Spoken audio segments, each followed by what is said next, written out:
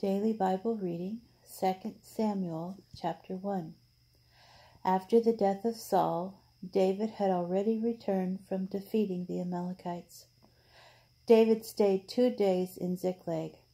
On the 3rd day, a man came from Saul's camp, with his clothes rent and earth on his head.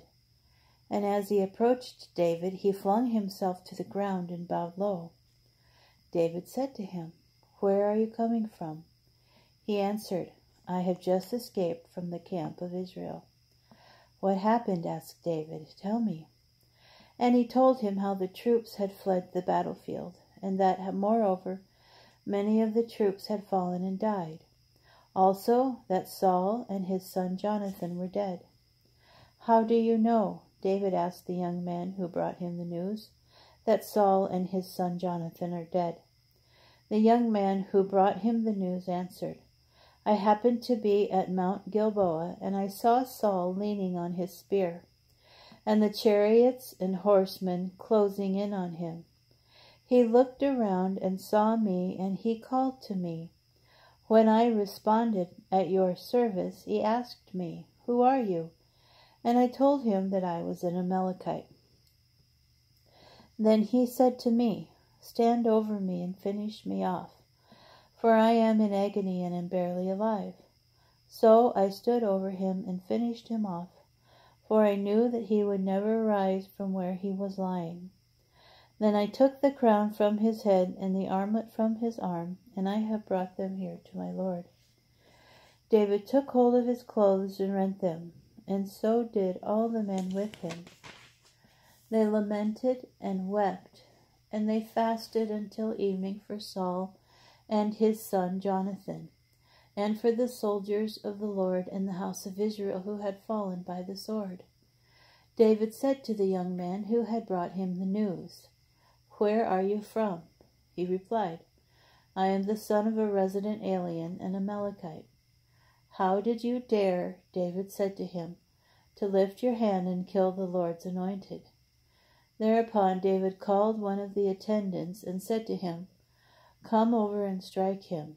He struck him down and he died. And David said to him, "Your blood be on your own head.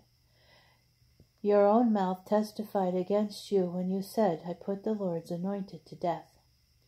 And David intoned this dirge over Saul and his son Jonathan. He ordered the Judites to be taught the song of the bow. It is recorded in the book of Jasher. "Your glory, O Israel, lies slain on your heights. How have the mighty fallen? Tell it not in Gath. Do not proclaim it in the streets of Ashkelon, lest the daughters of the Philistine rejoice, lest the daughters of the uncircumcised exult. O hills of Gilboa, let there be no dew or rain on you, or bountiful fields, for there the shield of warriors lay rejected, the shield of Saul, polished with oil no more, from the blood of slain, from the fat of warriors, the bow of Jonathan. Never turned back the sword of Saul, never withdrew empty. Saul and Jonathan, beloved and cherished, never parted, in life or in death. They were swifter than eagles, they were stronger than lions. Daughters of Israel, weep over Saul, who clothed you in crimson and finery, who decked your robes with jewels of gold. How have the mighty fallen in the thick of battle? Jonathan slain on your heights. I grieve for you, my brother Jonathan. You were most dear to me. Your love was wonderful to me, more than the love of women. How have the mighty fallen? The weapons of war perished.